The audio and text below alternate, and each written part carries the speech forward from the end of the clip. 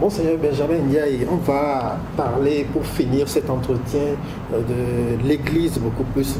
Alors, et de vous-même, l'archidiocèse métropolitain de Dakar a souvent été un siège cardinaliste. Monseigneur l'archevêque Yacine Thiandoum, l'archevêque émérite Adrien Sarr ont été faits cardinaux. Est-ce que pour Monseigneur Benjamin Ndiaye, c'est bientôt? Bon, ça franchement, vous me posez une question à laquelle je n'ai pas de réponse. En tout cas, ce n'est pas dans mes préoccupations. Oui. Et je pense que c'est le pape qui choisit qui il nomme cardinal. Et quand on est fait cardinal, ça veut dire que le pape a confiance en vous pour faire de vous un conseiller. Donc ça, c'est vraiment de son libre arbitre, mais je fais mon travail. Mais le Saint-Siège n'a pas entrepris des démarches, Monseigneur? Non. Non, non. D'accord. Lorsque ça sera déclenché, certainement on sera informé. Alors, on a constaté une crise des vocations un peu partout dans le monde, y compris en Afrique, qui est une église quand même qui reste dynamique. Mais pour vous, c'est quoi la parade contre la crise des vocations?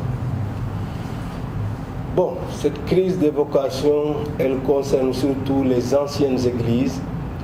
En Afrique, grâce à Dieu, on touche du bois, on a encore pas mal de vocations. Même si au Sénégal, par exemple, on connaît un peu des tendances parfois baissières. Mais ce qui importe le plus, c'est encore là ce pourquoi on veut être prêtre. Comme je disais tout à l'heure, ce pourquoi on veut être président, là aussi ça va jusque-là. Pourquoi on veut être prêtre. Si être prêtre, c'est la réponse à un appel de Dieu pour le service de son peuple, on en accepte les conditions. Et si on se rend compte qu'on n'est pas en mesure d'en accepter les conditions, mais on fait un autre choix. Alors je pense que c'est cette vérité-là encore de la réponse par rapport à un appel entendu, un appel reçu. Cela me paraît fort important. Maintenant, une vocation, ça s'entretient. C'est ça. Il faut donc pouvoir se former intellectuellement, spirituellement aussi, vivre une relation la plus profonde avec Dieu, qui nous fasse grandir, pour que nous ayons toujours cette motivation spirituelle qui va nous pousser à nous donner pour les autres.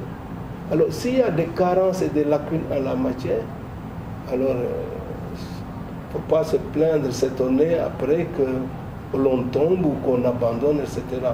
Et donc, je pense qu'il y a des vocations qui n'ont pas abouti parce qu'elles n'ont pas été entretenues comme il faut. Alors, d'aucuns pensent que le célibat des prêtres limite certains aspirants.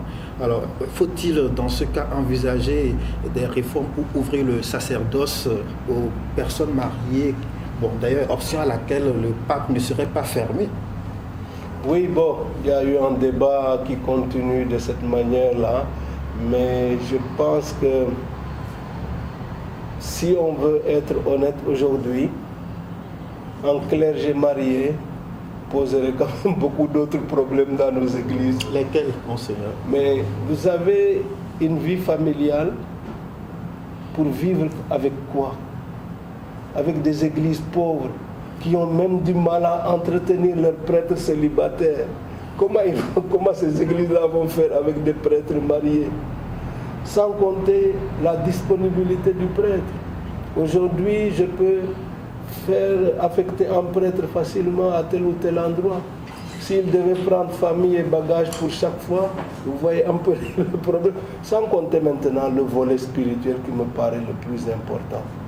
Si l'Église catholique a tant tenu au célibat, c'est parce que le prêtre vit une identification avec le Christ qu'il ne s'est pas marié et qui s'est donné entièrement à sa tâche.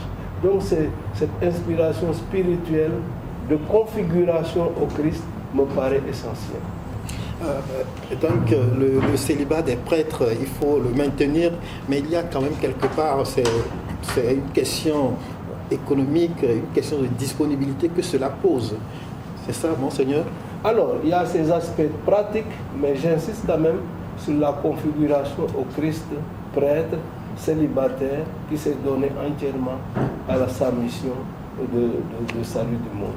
Mais l'Église, à ses débuts, je pense que les prêtres, à une époque, se mariaient. Oui, oui. Historiquement parlant, même les apôtres, plusieurs ont été mariés.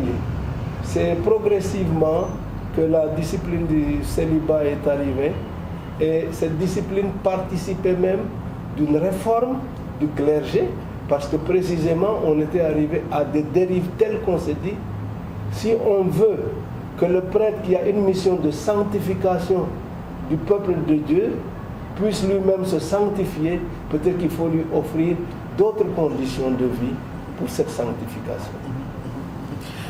Monseigneur, quelle lecture faites-vous des débats qui alimentent le pontificat du pape François, comme la possibilité d'ordonner les femmes prêtres, la place des couples divorcés dans l'Église, entre autres? Alors, bon, pour l'ordination des femmes, je pense que le pape Saint Jean-Paul II y avait répondu de manière claire, et je crois que l'interpellation qu'il nous faisait importe fortement.